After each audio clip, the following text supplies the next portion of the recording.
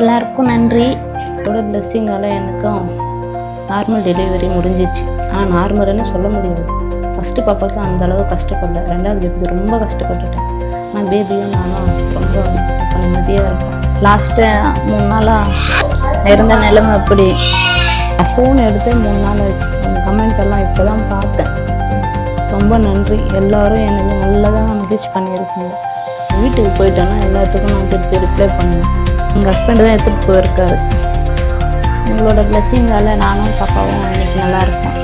இப்போ டிஸ்சார்ஜுக்காக வெயிட் பண்ணிகிட்டு இருக்கோம். ஹஸ்பண்டும் ரோஷினியும் வெளியில் டிஸ்சார்ஜுக்காக போயிருக்காங்க. என் திங்ஸ் எல்லாம் பேக் பண்ணி வச்சுட்டேன். ரோஷினியும் வந்துட்டா. என்ன பாப்பா பிறந்தது கரெக்டாக சொல்லுங்கள்.